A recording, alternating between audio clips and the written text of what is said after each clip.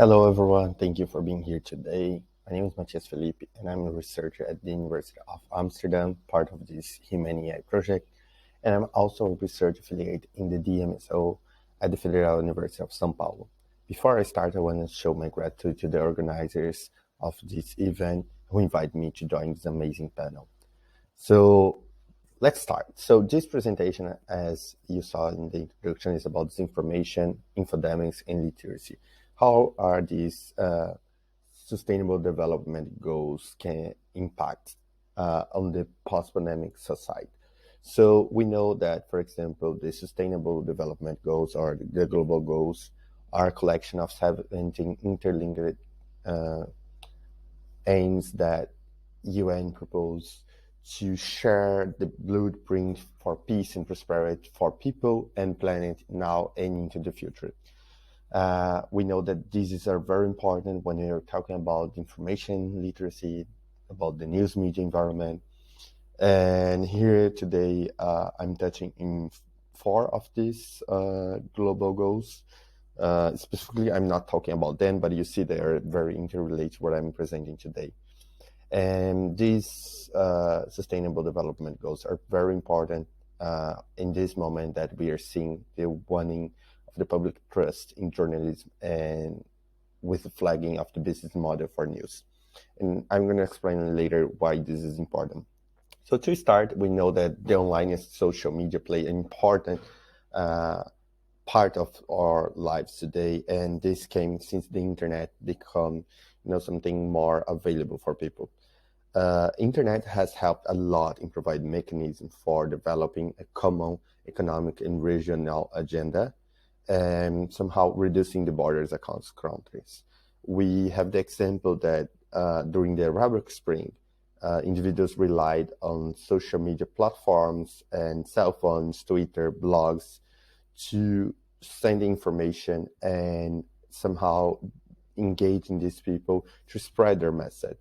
But despite this, we also know that these environments are becoming toxic.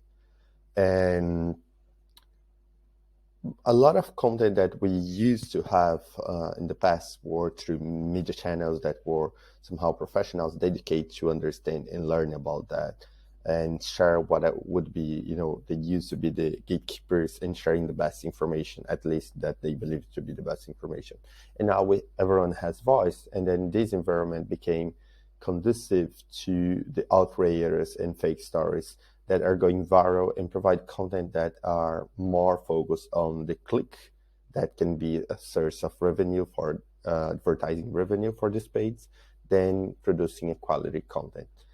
Despite that, there is millions of people that are still unable to access the internet or properly access that consume the information only from packets that they have in their mobile phones, and this package doesn't allow them to click on the links, so they have only access to what is shown on these on the snippets of the news, or for example on the title of the news.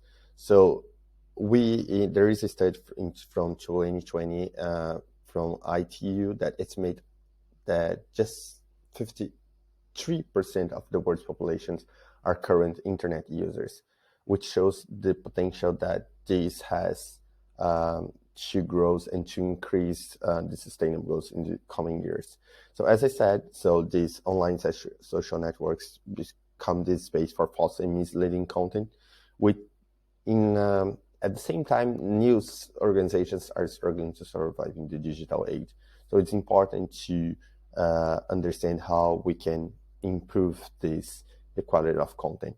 And when you're talking about type of content that people are consuming and this information disorder that we're talking about that is happening in the internet, we know that information disorder are hampering people's ability to state what is true or false.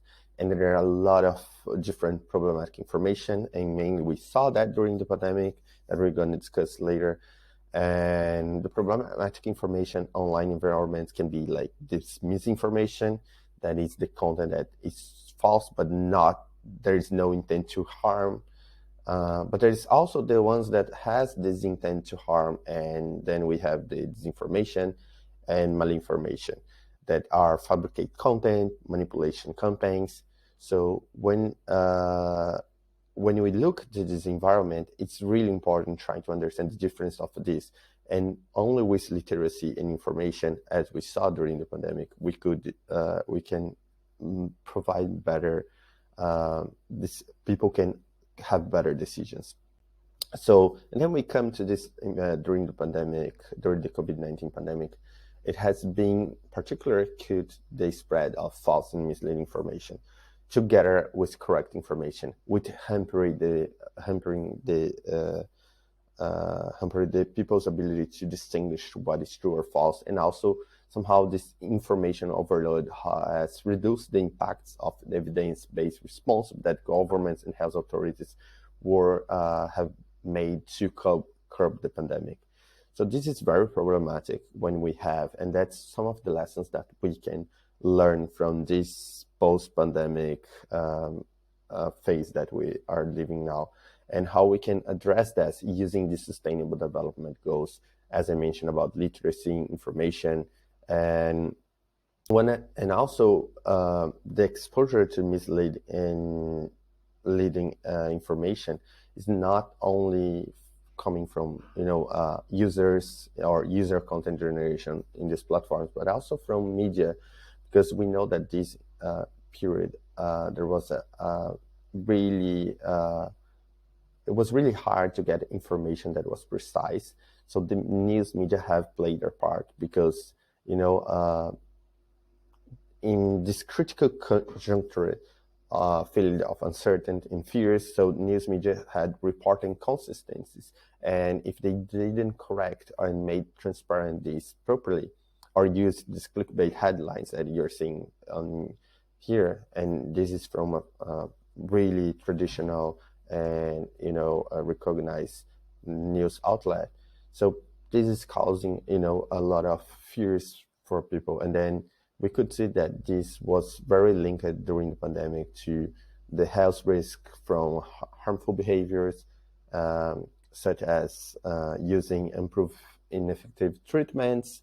So we know about hydroxychloroquine, and also not adopting recommended protective measures, for example, the masks or the vaccination, because some headlines saying that a doctor died 2 days after getting a vaccine. So even though in the news story people could understand that they are investigating, there is no clear association, but one headline like that, that's a big issue on how people can be misled. As I said, mainly when you're talking about this global south, where people use data packets, and this data packets doesn't allow them to go to the news story to check this and read properly. And even people are using the social media and only like going through the timeline, not even clicking the link. So it's really important news organizations have this in mind. And then there is this similar example when it's the same from a really famous traditional news outlet, where they are reporting a death after vaccination, fooling this belief that vaccines are unreliable. So that's very important. The news media take their responsibility and also try to correct and decide how we can make better headlines, better content that is not leading people to spread misleading content, or even making them take wrong decisions. Then we come to these memes, and then like this environment, online environment.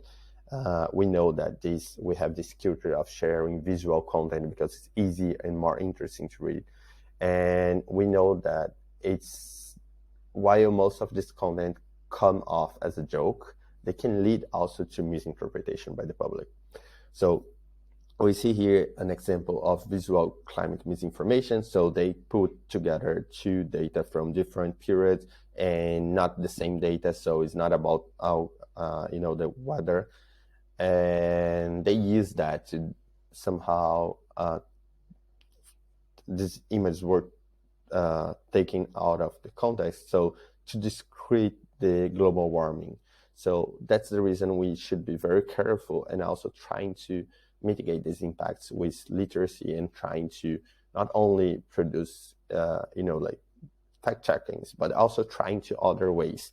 And that's where what we, we have seen this, for example, platforms are creating after a lot of pressure as well. They decide to take actions against climate misinformation, creating policies for content moderation, which is really important. And, journalists and civil society actors should be like clear, calling that platforms really not having only their policy there, but really taking that in practice. In this year, including the Intergovernmental Panel on Climate Change, the IPCC, they call attention to this risk of climate and science misinformation to mitigate the impact of climate change. And how we can do that? So the mitigation impact, we hear, I'm just giving an example, and this is very associated with the Sustainable Development Goals. So it's not only about doing fact checking or creating content moderation policies, but it creating layers of different actions against misinformation and disinformation. So here we have the SDG'S model that you create different layers. And when we have this, as I said, there are a lot of cross-cutting issues and synergy between the different goals. And with the lessons that are taught by the COVID-19 pandemic, we can see that education, literacy come different layers that can help mitigate this, not only science disinformation, climate disinformation, but any kind of mis or disinformation phenomena that we are seeing in the social platforms. And we can get these lessons that we had during the pandemic, that, a lot of information. So we saw that the importance of visual content to start producing content that is more associated what people can do. Of course, we have a lot of limitations because we know that the number of people that are working, for example, in the fact-checking industry are way lower than the number of content that are being disseminated viral of disinformation. But we need to create different layers, and pre-bunk is there as well to prepare people when they see this mis or disinformation and they recognize that. And then we have one important point and relate to climate and science disinformation, but also relate to sustainable development goals. It's we need to advocate for the sustainable journalism. And today, journalism and media studies have generally understand sustainability to a pair of lanes, or the sustainability crisis of society and journalism, of society or journalism. So, but both are somehow interconnected, and they threaten the world's futures when we think about the social development goals.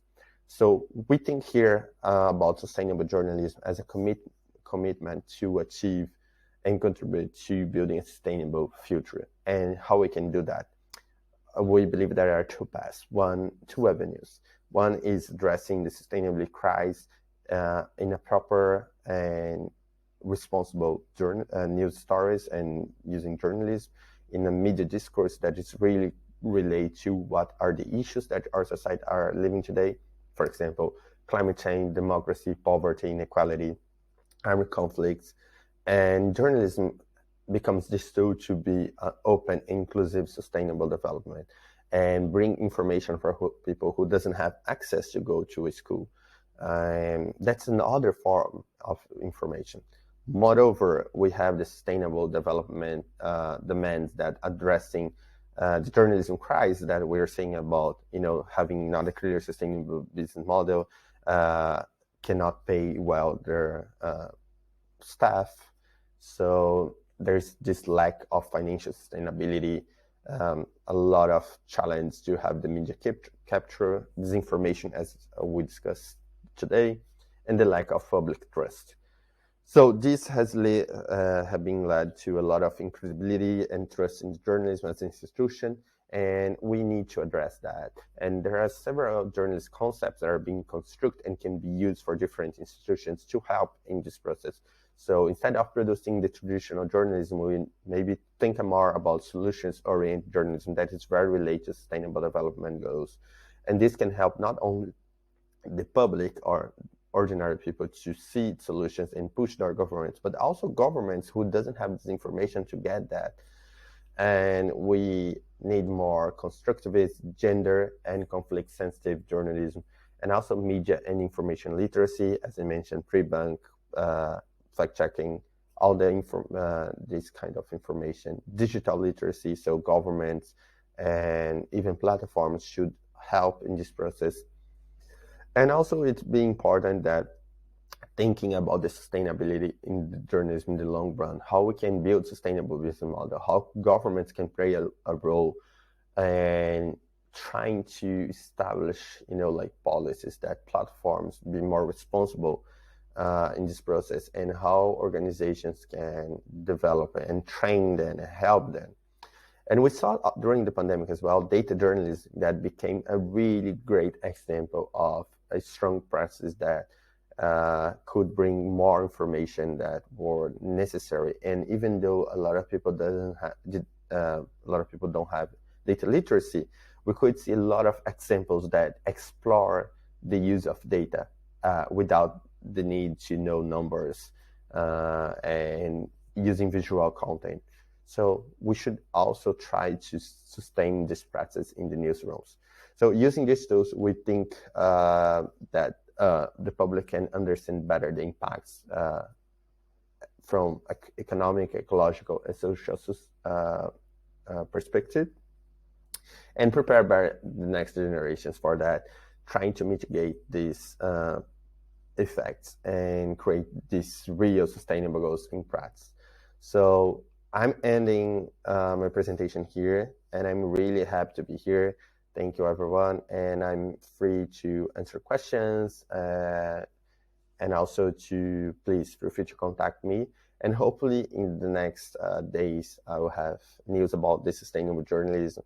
We are working on something very special posted. Follow me on Twitter if it exists, or any other platform. Thank you.